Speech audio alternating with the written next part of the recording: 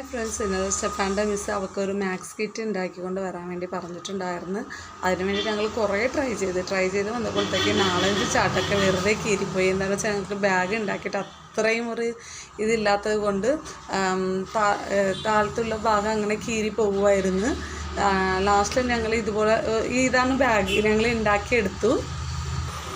പിന്നെ back side ഇങ്ങനെ plain ആയിട്ട് ഇരിക്കേണ്ടല്ല വിചാരിച്ചിട്ട് ബാക്ക് സൈഡും ഞങ്ങൾ ഇങ്ങനെ ഉണ്ടാക്കിയെടുത്തു.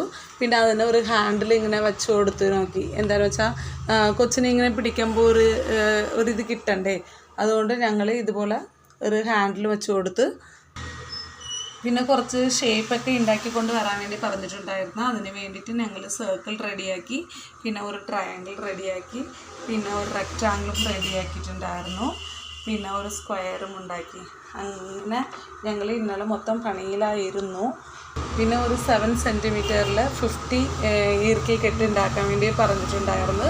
8 സെൻറ്റിമീറ്ററിലെയും ഒരു 50 ഈർക്കിൽ കെട്ട് ഉണ്ടാക്കാൻ വേണ്ടി പറഞ്ഞിട്ടുണ്ടായിരുന്നു.